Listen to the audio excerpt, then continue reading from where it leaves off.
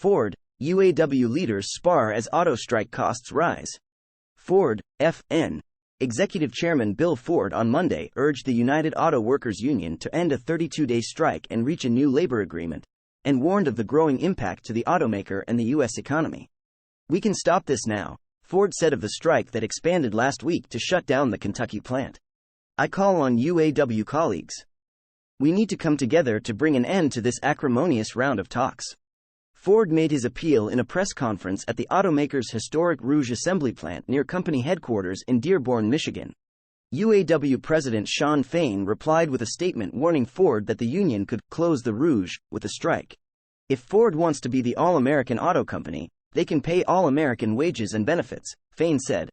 More than 34,000 union members working at Ford, General Motors, GM, and Chrysler parent Stellantis, St. Louis, MI, are out on strike, and Ford has furloughed 2,480 other workers, citing impacts of the strike.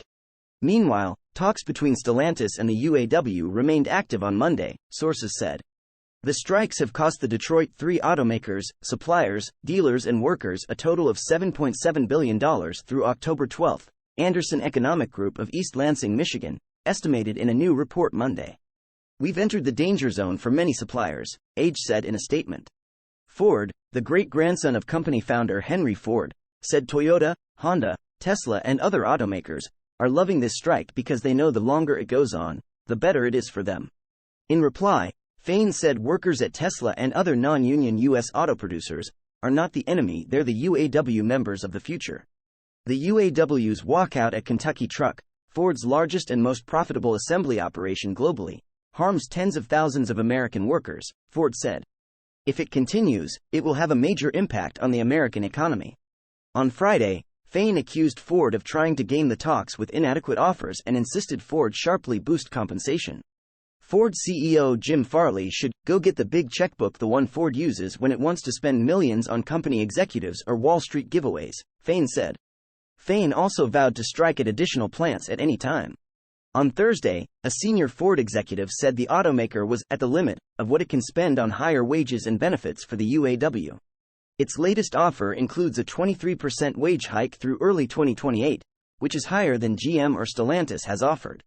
Ford has said the UAW's proposals would have meant bankruptcy if implemented in 2019.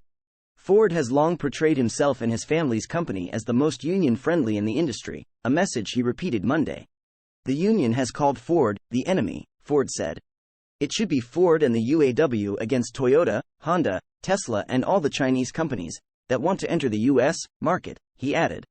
Harley Shaken, labor professor at University of California, Berkeley, said Ford was looking to speak directly to workers. "He's doing it to move the talks in a way that he would find more desirable," Shaken said, but added, "This is likely not going to work." He said UAW could be targeting and pressuring Ford because it has the best offer on the table and the union feels it can get the automaker to a deal that it could then pressure GM and Stellantis to match. GM and Stellantis did not immediately comment.